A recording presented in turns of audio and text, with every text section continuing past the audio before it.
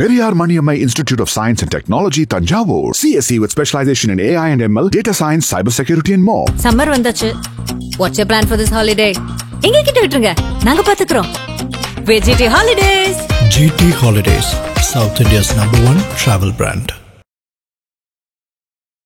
Sir, இப்போ தனுஷ் அவர்களுடைய குபேரா படம், அந்த படம் வசூல் ரீதியா எப்படி இருக்கு? தனுஷ் அந்த படம் தமிழ்நாட்டை பொறுத்த வரைக்கும் ஒரு தோல்வி படம் தான். நீங்க அந்த படம் பார்த்துட்டு உங்களுக்கு என்ன தோணுச்சு? உங்களுக்கு ஏதாவது இந்த படமே எடுக்காமல் இருந்திருக்கலாம்னு கூட எனக்கு தோணுச்சு.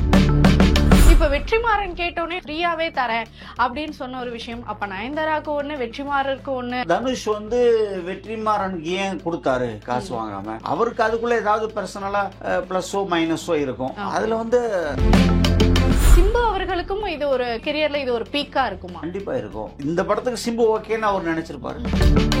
அஜித் அவர்களுடைய அடுத்த படம் என்ன? ஜூலை 31க்குள்ள அந்த படம் அனௌன்ஸ் பண்ணிடுவாங்க. செப்டம்பர்ல ஷூட் போறாங்க.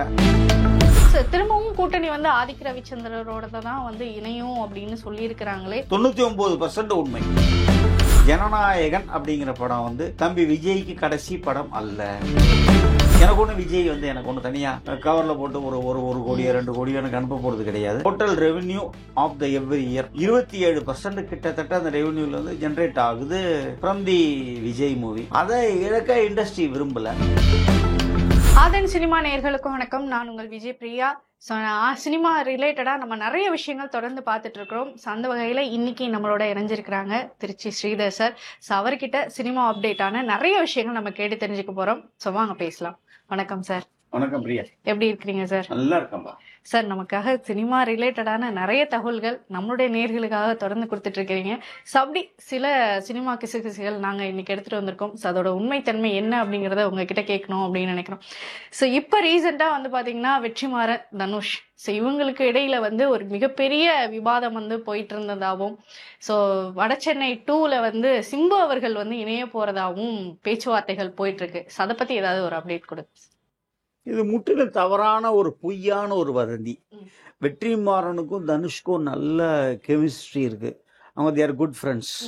ரெண்டாவது அதை வெற்றியை ரொம்ப தெளிவாக அவருடைய பேட்டியில சொல்லிட்டாரு. எந்த இஷ்யூஸும் இல்லை, அவர் தனுஷ் எல்லாம் பணம் கேட்கல அப்படிங்கிறத கிளியர் கட்டாக அவர் சொல்லிட்டாரு. ஸோ இதை மேற்கொண்டு ஏன் டெவலப் பண்ணுறாங்க, அது அவங்களுடைய ஒரு காசிப்பிங் அந்த மாதிரி ஒரு விஷயமா என்னன்னு தெரியல. பட் அது தானு சார் அவங்க ப்ரொடியூஸ் பண்ணுறாங்க. It goes well. Okay sir. ஆனா இப்படி ஒரு விஷயமும் போயிட்டு இருக்கு. ஏற்கனவே பாத்தீங்கன்னா நயன்தாராக்கும் தனுஷ் அவர்களுக்கும் இருந்த சர்ச்சை ஒரு பணம் விஷயமாக தான் இருந்தது. இப்ப வெற்றிமாறன் கேட்டோன்னே நோ அப்ஜெக்ஷன்ஸ் சர்டிபிகேட் நான் உனக்கு ஃப்ரீயாவே தரேன் அப்படின்னு சொன்ன ஒரு விஷயம், அப்ப நயன்தாராக்கு ஒண்ணு வெற்றிமாறனுக்கு ஒண்ணு அப்படின்னு சோசியல் மீடியா வட்டாரங்கள்ல பேசுபொருளாக போயிட்டு இருக்கு. இதை எப்படி பாக்குறீங்க? சோசியல் மீடியா வச்சு நான் எப்பவும் எதுவும் பதில் சொல்றது இல்லை. பட் இருந்தா கூட கேட்குறேன், தனுஷ் வெற்றிமாறனுக்கு ஏன் கொடுத்தாரு காசு வாங்காம?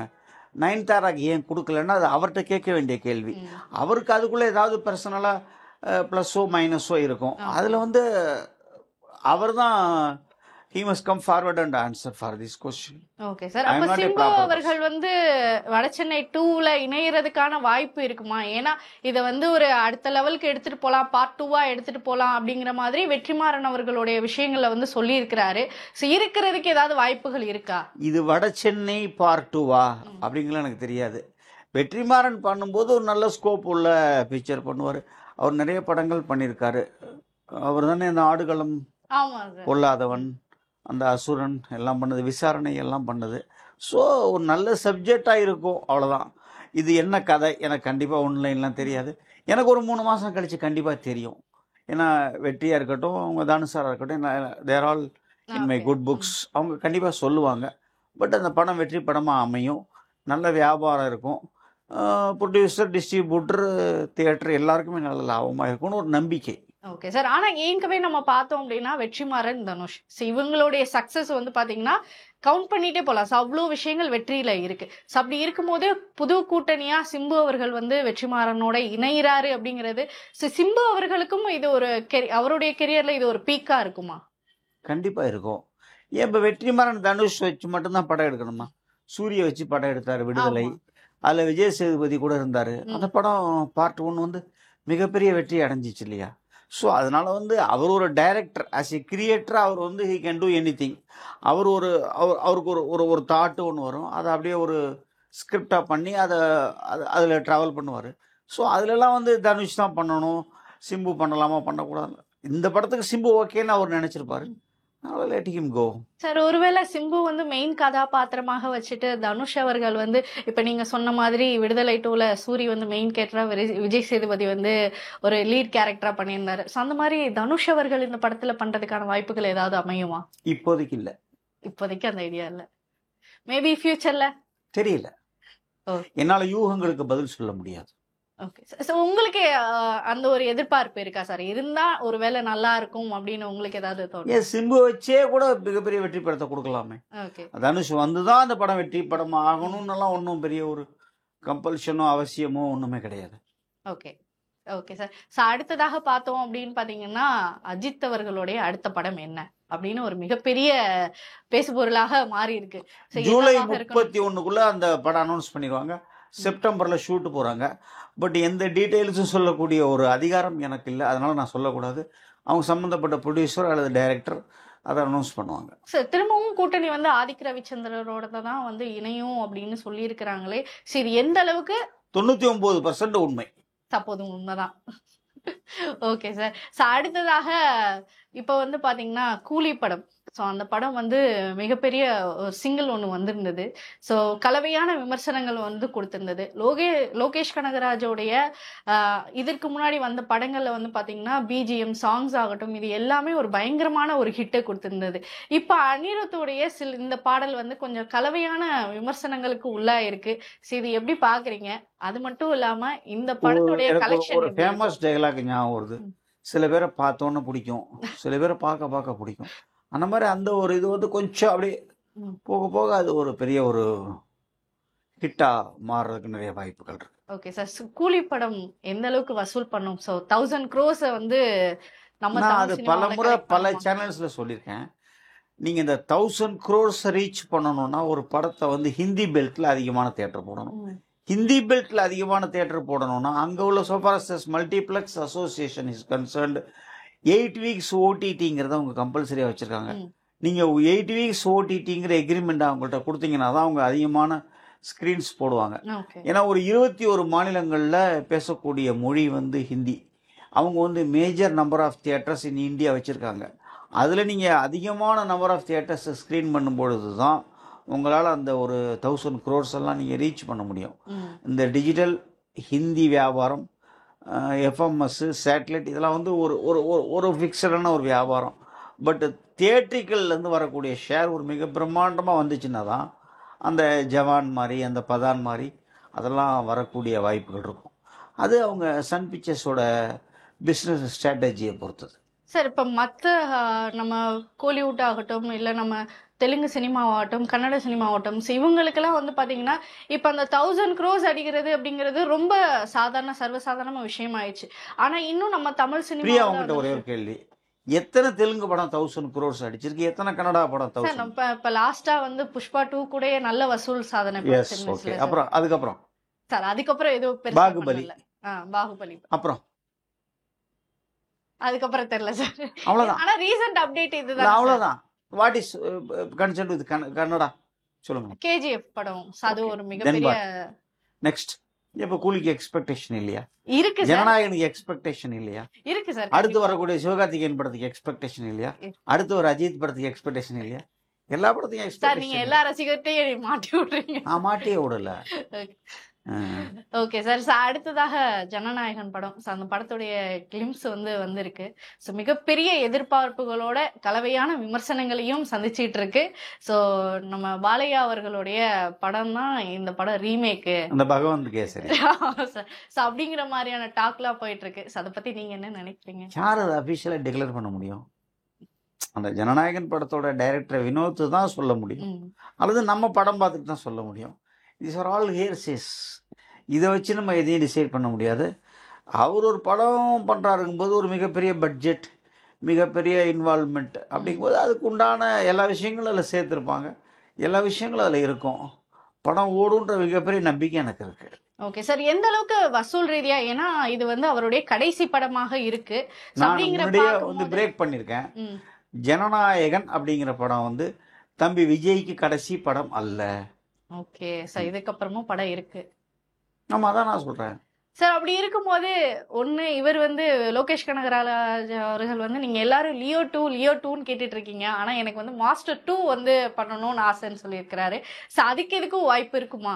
இல்ல, அது அவருடைய ஆசை. ம்.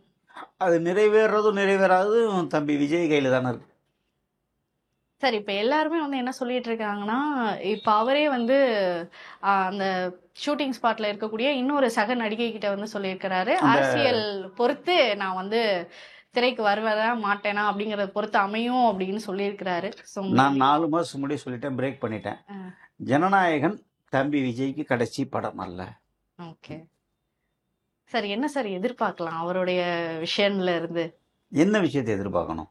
சார், திரும்பவும் எல்லாருமே எப்படின்னா, இவர் முழு நேர அரசியலுக்கு வந்துட்டாரு. சோ 69வது படம் ஜனநாயகனுடைய போஸ்ட் ப்ரொடக்ஷன் ஒர்க் முடிஞ்ச உடனே ம். கண்டிப்பா ஒரு 8-10 மாசம் முழு அரசியல்ல தான் இருப்பார். முழு அரசியலுக்கு வந்த பிறகு மக்கள் அவருக்கு பரிசா கொடுக்க போறது வெற்றியா இல்ல தோல்வியாங்கிறது யாருக்குமே தெரியாது. எனக்கு கண்டிப்பா தெரியாது. என்ன வேணா நடக்கலாம். வெற்றியும் கிடைக்கும், வெற்றி கிடைக்காமலும் போகலாம். அது எனக்கு சத்தியமா தெரியாது.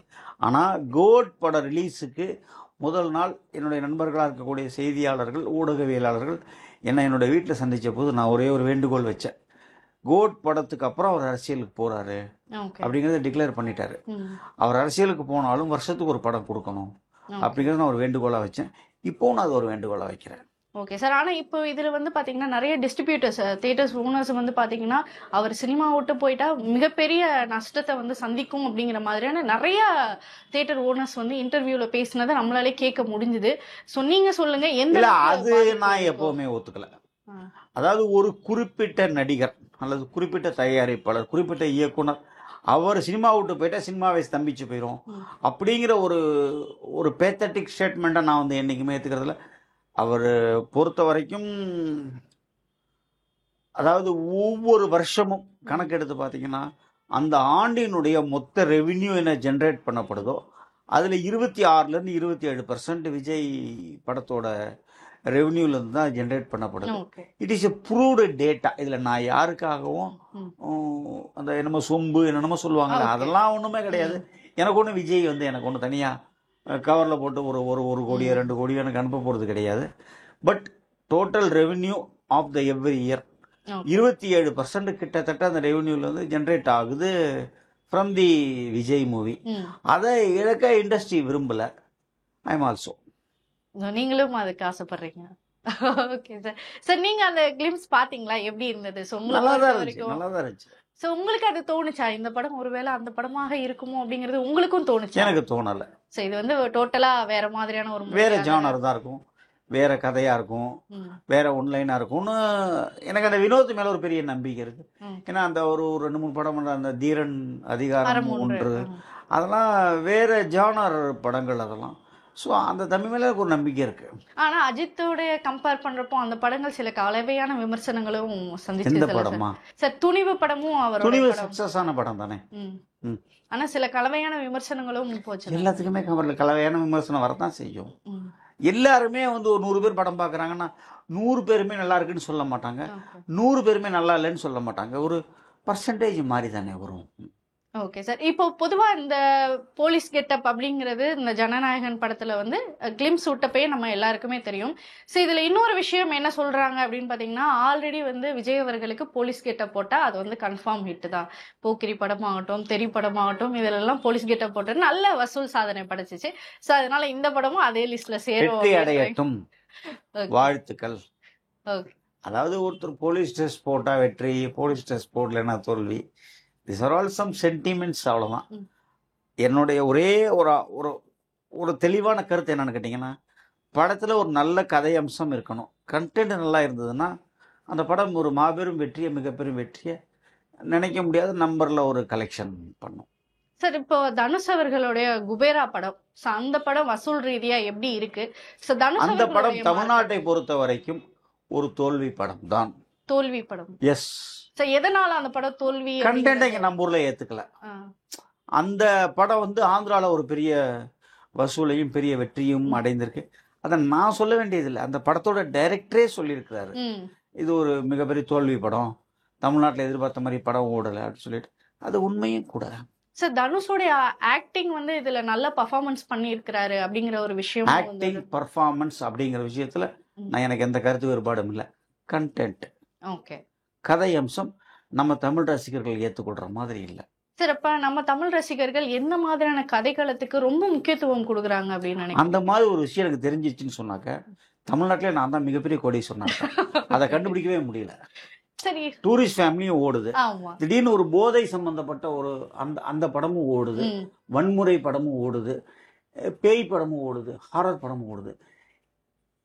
அது சம்பந்தமான அடுத்த படம் ஓட மாட்டேங்குது. ஸோ எதை அவங்க வந்து ப்ரிஃபர் பண்ணுறாங்க, எதை ப்ரிஃபர் பண்ணலை அப்படிங்கிறது நமக்கு தெரியல. எனக்கு மாத்திரம் இல்லை, யாருக்குமே தெரியல. அது யாருக்கு தெரிஞ்சதோ அவங்க தான் தமிழ்நாட்டினுடைய மிகப்பெரிய கோடீஸ்வரனா இருப்பாங்க. Okay sir. ஆனா இப்ப ரீசெண்டா வந்து பாத்தீங்கன்னா இந்த எல்லா படம் சக்சஸ்க்கு அப்புறமும் வந்து பாத்தீங்கன்னா பார்ட் 1, பார்ட் 2, பார்ட் 3 அப்படின்னு சொல்லிட்டு வரிசையா போயிட்டு இருக்கிறாங்க. இப்ப இந்த ரீசெண்ட் ட்ரெண்ட் வந்து பார்ட் 1, பார்ட் 2 போற இந்த ஒரு ட்ரெண்ட் எப்படி இருக்குன்னு நினைக்கிறீங்க? இது வந்து தமிழ் சினிமா ஒரு பெரிய விஷயமா எனக்கு தெரியல. ஏன்னா நிறைய படங்களுக்கு வந்து நீங்க பார்ட் 2 நல்லா தான் இருந்தது, ஏன் பார்ட் 2 எடுத்து அந்த படத்தை ஸ்பாயில் பண்றீங்க அப்படின்ற ஒரு விமர்சனங்களும் வருது இல்லையா சார்? இப்ப பொன்னியின் செல்வன் பார்ட் 2, பார்ட் 1 பிரமாதமா இருந்துச்சு, but part 2 is not so for. Baahubali part 1 பெருசா இருந்துச்சு, பார்ட் 2 நல்லா இருந்துச்சு. அது ஒவ்வொரு படத்துக்கும் வித்தியாசப்படும், வேறுபடும். Okay sir. சார் அடுத்ததாக தக் லைஃப். ஸோ மணிரத்னம் சாருடைய ஒரு மிகப்பெரிய அது எனக்குலாம் ஒரு மிகப்பெரிய ஏமாற்றம் தான். அந்த கமல் சாருங்கிற ஒரு லெஜெண்ட், அதுக்கப்புறம் சிம்புங்கிற அந்த தம்பி, அவன் ஒரு பெரிய ஸ்பார்க்கான பையன், ஒரு எதையுமே உடனே, ஏன்னா அந்த எங்க வீட்டு வேலையிலேருந்து அந்த தம்பி, அந்த அவனை நான் பார்த்துட்டே இருக்கேன். நான் ரொம்ப பெரிய ஒரு விஷயத்தை உள்வாங்கி உடனே அதை கொடுக்கக்கூடிய ஒரு நல்ல ஒரு வெர்சடைல் ஆக்டர்னு சொல்லுவாங்க இல்லையா, அந்த மாதிரி ஒரு கேரக்டர். என்னுடைய ஒரு மிக அபிமானத்துக்குரிய மணிஷா டைரக்டர், திரிஷா நிறைய சப்போர்ட்டிங் ஆர்டிஸ்ட். பட் இந்த படம் டேக் ஆஃபே ஆகலை. முதல் ஷோவே ஃபுல் ஆகலை. அப்படிங்கும்போது அது ஒண்ணுமே புரிய மாட்டேங்குது. ஓகே. சோ நீங்க அந்த படம் பார்த்துட்டு உங்களுக்கு என்ன தோணுச்சு? இந்த படத்துல இந்த விஷயம் இல்லாம இருந்திருக்கலாம், இல்ல இந்த விஷயம் அடிஷனலா சேர்த்திருக்கலாம் அப்படிங்கிற விஷயம் உங்களுக்கு ஏதாவது? இந்த படமே எடுக்காமல் இருந்திருக்கலாம்னு கூட எனக்கு தோணுச்சு சார். ஆனா ஃபர்ஸ்ட் வந்து இந்த படம் வந்து நாயகன் மாதிரி இருக்கும் அப்படின்ற எக்ஸ்பெக்டேஷனோட நிறைய பேர் போனதா கிரியேட்டட், அவ்வளவுதான் சார். அந்த கலவையான விமர்சனங்கள் ஆடியன்ஸ் சரியா ரெஸ்பான்ஸ் பண்ணலையோ? ஆடியன்ஸ், ஏன்னா பொதுவா நம்ம மணி சாரோட படங்கள், நீங்க ஆடியன்ஸ குறையே சொல்லாதீங்க சார். பொதுவா கமலுடைய படங்கள் நமக்கு முதல்ல புரியாது, அதுக்கப்புறம் திரும்ப திரும்ப பார்க்க புரியும். இப்ப நீங்க இந்த பேட்டி ஒரு 10 இயர்ஸ் கழிச்சு வச்சுக்கோங்க. என்கிட்ட டைம் மிஷின்லாம் கிடையாது. ஸோ 2035 பத்தி எனக்கு இப்ப சொல்ல தெரியாது. எங்களுக்கு இப்பதான் அன்பே சிவம் புரியுது, இப்பதான் புரியுதுன்னா இன்னைக்குள்ள காலகட்டத்துல இப்ப விக்ரம் எப்படி அந்த கரண்ட் இதுல அப்படி பெருசா ஓடிச்சு. ஸோ அது அந்த கதைக்களம் நல்லா இருந்துச்சு, இந்த கதைக்களம் நல்லா இல்லை. Okay sir. ஸோ நிறைய விஷயங்கள் பேசணும், சினிமாவை பத்தின நிறைய அப்டேட்ஸ் இந்த நேர்காணல எங்களுக்காக கொடுத்ததற்கு மிக்க நன்றி. ரொம்ப thanks Priya. Periyar Maniammai Institute of Science and Technology, Tanjavur. CSE with specialization in AI and ML, data science, cybersecurity and more.